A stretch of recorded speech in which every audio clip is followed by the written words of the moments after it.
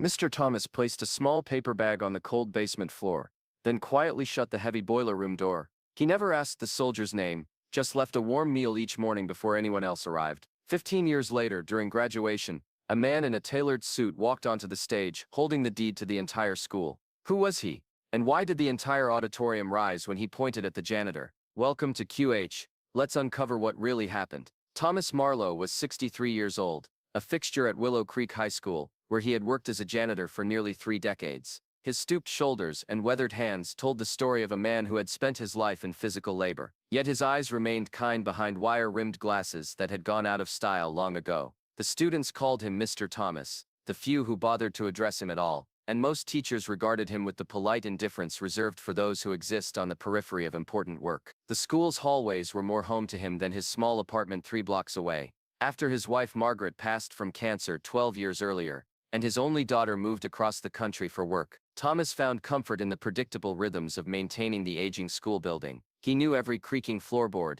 every temperamental radiator, every classroom where windows stuck in humid weather. He could predict which bathroom would flood during heavy rain, which lockers would jam in winter, and exactly how many minutes it would take to mop the cafeteria after a food fight. Principal Hargrove often remarked that Thomas knew more about the building's history than anyone else. "This place would fall apart without you, Thomas," she would say, not realizing how literally true that statement was. Behind the scenes, Thomas performed minor miracles with duct tape, WD-40 and the accumulated wisdom of decades repairing things others would simply replace. His routine rarely varied. Arrive at 5:30 a.m., check the boilers and heating system, clean the main hallways before students arrived, then tackle whatever calamity awaited him that day. He took lunch at 11:30, always alone in the small maintenance office, eating the same sandwich and apple he had packed for years. Evenings meant emptying trash cans, sweeping classrooms, and preparing the building for the next day before locking up at 6 p.m. On a particularly bitter December evening, a sleet tapped against the windows. Thomas was emptying trash bins behind the cafeteria when he noticed a figure huddled against the brick wall. The man wore a tattered camouflage jacket several sizes too large, his few possessions stuffed into a worn backpack beside him. Despite the cold, he sat with military straightness, dignity and tact, even in obvious desperation. When Thomas approached, the man didn't beg or make excuses. He simply looked up, his eyes clear despite his circumstances. "Sorry to trespass," he said in a voice that suggested education beneath its wariness. "I just needed somewhere out of the wind tonight." Something in his bearing, perhaps the way he automatically squared his shoulders when he spoke, told Thomas this was no ordinary homeless person. There was a disciplined precision to his movements that spoke of military training, a ghost of who he had once been. "You sir?" Thomas asked, though he already knew the answer. The man nodded once. "Marines. 2 tours." Thomas hesitated only briefly before making a decision that contradicted every school policy. "Come with me," he said quietly. "Stay quiet and follow exactly where I walk." He led the stranger through the service entrance, down a narrow corridor lined with cleaning supplies, and finally to a heavy door marked maintenance only. Behind it lay the boiler room, the heart of the ancient heating system that kept Clay Ridge functional through harsh winter. It was always warm, secluded from the main building, and rarely visited by anyone but Thomas himself. "There's an old cot in the corner," Thomas explained, pointing to a folding bed left over from a time when janitors sometimes stayed overnight during blizzards. "Bathrooms through there. You'll need to be gone by 5:30 a.m. when the morning crew arrives." The veteran stood in the doorway, momentarily overwhelmed. Why would you risk your job for a stranger? Thomas thought about his father, who had never quite recovered from his time in Korea. "My dad was 82nd Airborne," he said simply. "Taught me you don't leave a man behind." The arrangement was supposed to be for one night, just enough to let the man escape the worst of the winter storm. But when Thomas arrived early the next morning, he found the boiler room spotless, the cot neatly made with hospital corners. On a piece of scrap paper lay a note: "Thank you. Fix the leaking valve on the east pipe." Thomas found himself leaving the door unlocked that night, and soon it became an unspoken arrangement. The veteran would slip in after dark and be gone before dawn, leaving no trace except for occasional repairs, far better than Thomas could have managed with his arthritic hands. 2 months into the silent partnership, Principal Hargrove called Thomas into her office, her expression grave. "Thomas, is there something you want to tell me about the building's security at night?" Thomas stood straight despite the pain in his lower back. "No, ma'am, nothing to report. Some of the teachers have noticed signs of presence in the building after hours." Thomas met her gaze steadily. "Sometimes we have to do what's right, even when it doesn't fit the rules." If you believe a good person deserves to be remembered, please stay with us. After that first night, the veteran continued returning to the boiler room. Thomas never knew where he went during daylight hours, perhaps to the VA hospital 20 miles away or looking for work in town. But most evenings around 9 o'clock, there would be a soft pattern of knocks on the maintenance door after the school had emptied of students and most staff had gone home for the day. Thomas prepared for these visits, with increasing thoughtfulness. A spare blanket appeared on the cot, then a small pillow, a carefully arranged box of non-perishable food items, protein bars, canned goods with pop-tops, dried fruit, sometimes clean socks or toiletries purchased from the dollar store on his meager salary. Once he left a paperback novel he'd found in the school's lost and found box, unclaimed for months. He never asked questions, respecting the man's privacy and dignity, understanding that sometimes silence is the kindest gift you can offer someone. Rebuilding themselves. As January turned to February,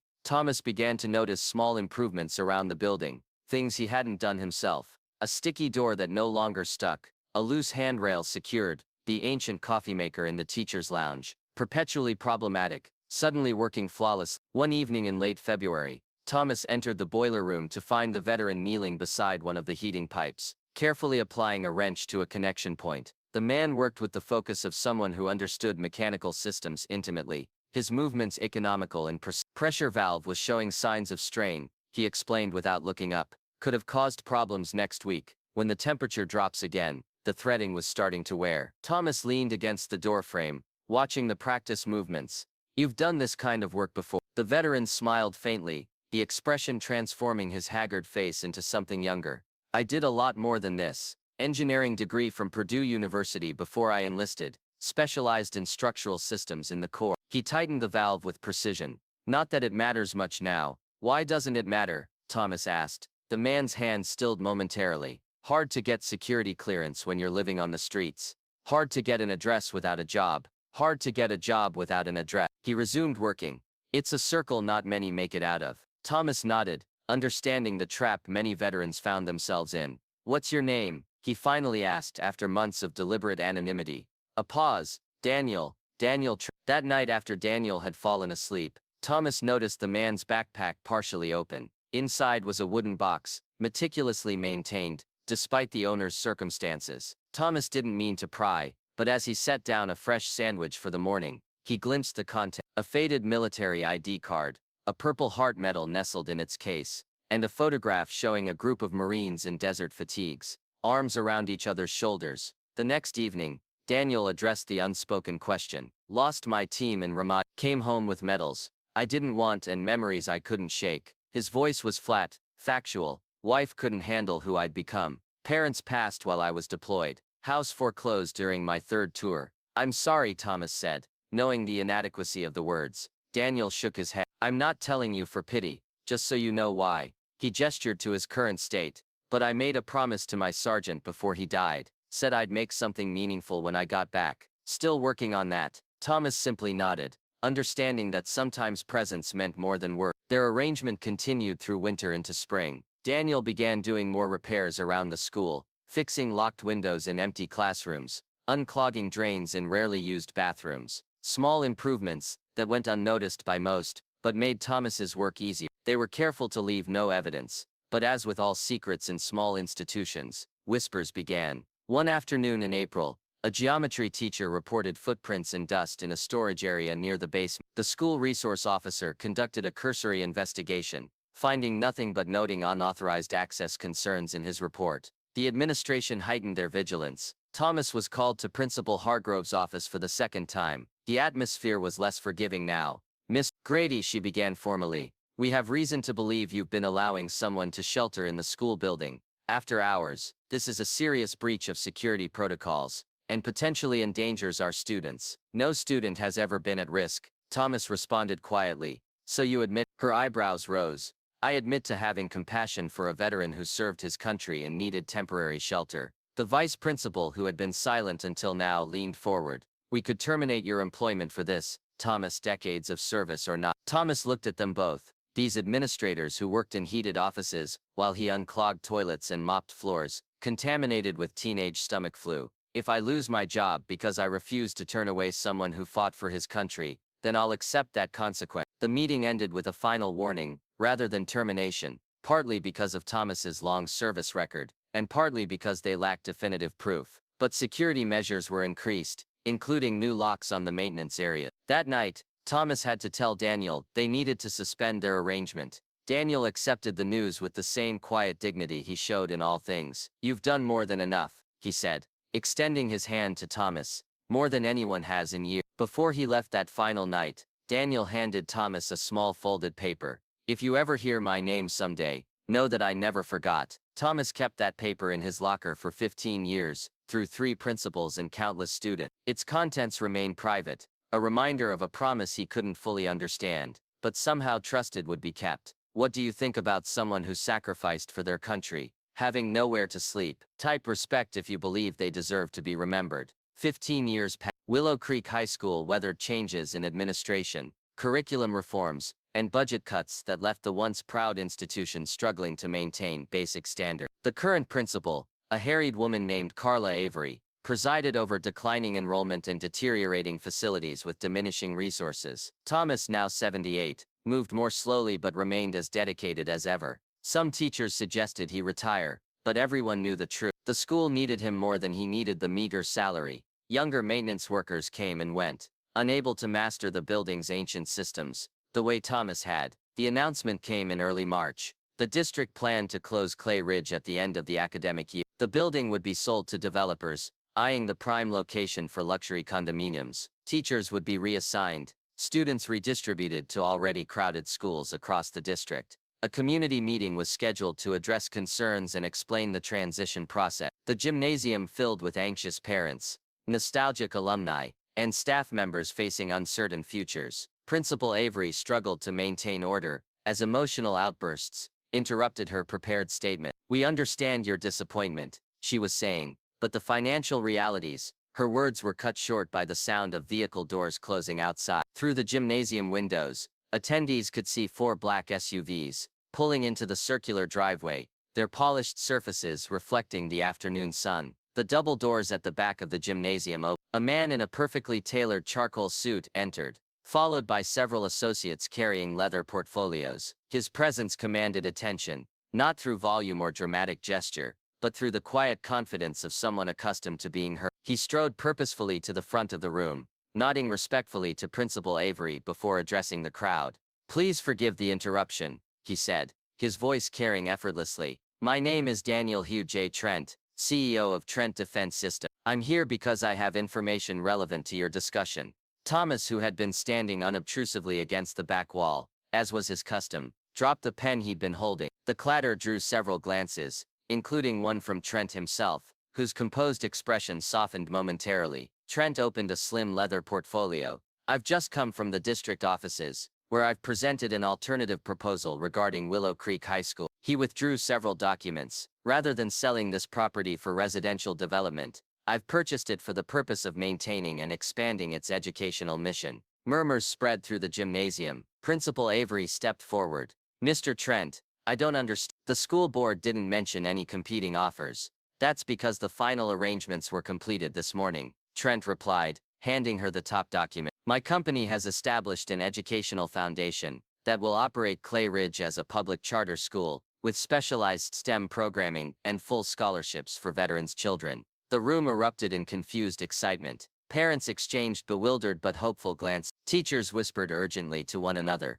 Through it all, Trent maintained his composed demeanor, waiting for the noise to subside. "Some of you may wonder why a defense contractor would invest in a struggling high school," he continued, once he could be heard. "The answer is simple, but personal." His gaze swept the room, eventually settling on the back wall. "Thomas Grady, would you join me please?" All heads turned toward Thomas, who stood frozen in disbelief. After a moment's hesitation, he made his way forward, his worn work boots squeaking slightly against the polished floor. When Thomas reached the front, Trent extended his hand. "Do you remember me, Mr. Grady?" Thomas nodded slowly, decades falling away as he recognized the eyes of the homeless veteran in this successful executive's face. "Yes, sir, I do." Trent turned back to the astonished crowd. 15 years ago, I was at my lowest point. After 3 tours with the Marines, I came home with invisible wounds and visible homelessness.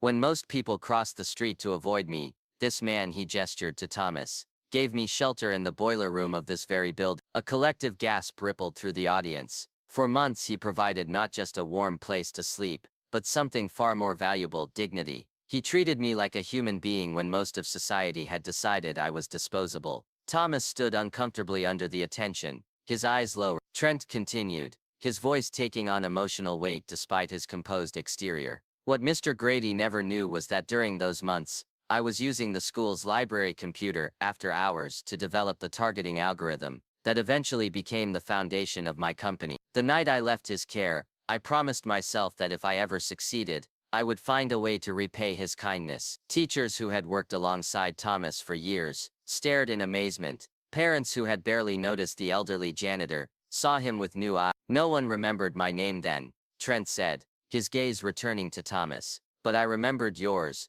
the first person who treated me like a man, instead of a problem. The renovation plans Trent outlined were comprehensive. State-of-the-art science laboratories, a technology center, upgraded athletic facilities, and enhanced security systems. Teacher salaries would increase to attract top talent. The building's historical architecture would be preserved, while modernizing its infrastructure. There is one non-negotiable condition to this arrangement, Trent added, as he concluded. Thomas Grady must be offered a lifetime position as Facilities Director Emeritus, with full benefits and a salary commensurate with his invaluable knowledge of this building. Principal Avery, still processing this extraordinary turn of events, managed to ask, and if he wishes to retire, Trent smiled, then he'll receive the pension he deserves for 30 years of service, not the inadequate one currently budgeted. As the meeting adjourned in a buzz of excitement and renewed hope, Trent approached Thomas privately. I hope I didn't embarrass you, he said, but some debts can't remain unpaid. Thomas found his voice at last. You didn't owe me anything, Mr. Daniel Hugh, the younger man corrected. And yes, I did. You saw me when I was invisible. That's worth more than this building could ever cost. Type justice, if you believe that right actions, even quietly done, eventually receive their due. The transformation of Willow Creek High School began that summer. Construction crews worked around the clock to modernize classrooms, replace outdated systems, and enhance athletic facilities. The building's historic facade remained, but inside, 21st-century technology replaced equipment that had been obsolete for decades. What had been a dying institution preparing for closure now hummed with renewed purpose and activity. The changes extended beyond mere infrastructure. Daniel Trent's foundation recruited top teaching talent with salaries 30% above district standards. The curriculum expanded to include specialized engineering tracks, computer science programs, and entrepreneurship initiatives. Each classroom received state-of-the-art technology, and the old library transformed into a digital learning commons, with resources rivaling many colleges. Perhaps most significant was the newly established Veterans Children's Scholarship Fund, guaranteeing full college tuition for children of military families, and creating mentorship programs, connecting students with successful veterans in various professional fields. Within months, enrollment applications surged as families sought to transfer into the district. Most meaningful to Thomas was the renovation of the main hallway, now named Hall of Quiet Heroes. Its walls featured photographs and stories of local veterans and first responders whose everyday courage had shaped the community. Students would walk this corridor daily, reminded that greatness often wore ordinary faces, and carried out its most important work without fanfare or recognition. The boiler room received special attention. Though the ancient heating system was replaced with modern equipment, the space itself was preserved and transformed into a small museum. A simple bronze plaque beside the door read, "In honor of one night of shelter that changed 2 lives." Thomas continued his daily rounds, now with an assistant and proper equipment. Students who had previously hurried past him without a glance now greeted him by name, some even stopping to ask questions about the building's history. Teachers who had taken his presence for granted now invited him to speak to their classes about the school's evolution over 3 decades. At the grand reopening ceremony, Daniel Trent returned as the keynote speaker. Hundreds gathered in the new auditorium. Students, parents, community members, and media representatives drawn by the unusual story of a homeless veteran turned defense contractor saving a local school. People often ask what makes a successful life, Trent began, standing at the podium in his Marine dress uniform, rather than a business suit. We're taught to measure success in dollars earned, promotions received, or possessions acquired.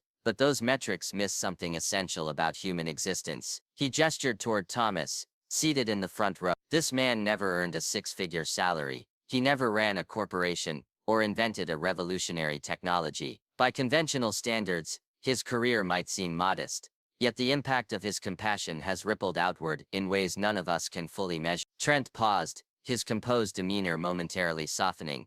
There was a time when I believed I had no value left. That my education, my skills, and my potential had all been buried in the trauma of war. I had become, in the eyes of most, just another broken veteran to step around on the sidewalk. The auditorium was silent, hundreds of people collectively holding their breath. But then, a tired janitor with problems of his own decided I was worth seeing, worth helping, worth treating with dignity. Trent's voice remained steady, but his eyes reflected deeper emotion, and that simple recognition, that basic human acknowledgement, changed everything. After the ceremony, Trent found Thomas inspecting the new science wing, checking that every detail met his exacting standard. Still working overtime? Trent asked with a smile. Thomas shrugged, hard to break old habits. Trent reached into his pocket and withdrew a weathered piece of paper, the same note he had given Thomas 15 years earlier. You kept it all this time. Never knew what it meant, Thomas admitted, but it seemed important. Trent carefully unfolded it, revealing a complex algorithm written in faded ink. This was the beginning of everything I built. I wrote it the night before I left, sitting by that old boiler. It's been the foundation of systems, now used by defense agencies worldwide. He pressed the paper back into Thomas's hands. It belongs with you. You were the catalyst for what it became. As graduation season approached, Thomas noticed something unexpected. College acceptance letters for every senior, regardless of family income. When he quietly inquired, the guidance counselor smiled. Anonymous donor established a full scholarship fund. Every Clay Ridge graduate gets a chance at higher education now. Thomas didn't need to ask who the donor was. Some acts of kindness echo forward, multiplying their impact through time. That spring evening, Thomas stood outside the gymnasium, now vibrant with banners and student laughter. He looked toward the old boiler room window, half expecting to see a shadow cross it. What he had done years ago wasn't heroic, it was human. But Daniel had transformed that moment into a movement, and somewhere deep down, Thomas felt peace, proof that the quietest acts plant the loudest legacies. Have you ever helped someone without remembering their name? Sometimes a small action changes their entire life. Share a moment of kindness you've witnessed, because here, right actions are always remembered. Subscribe to QH Incredible Stories, where quiet actions become legacies of kindness.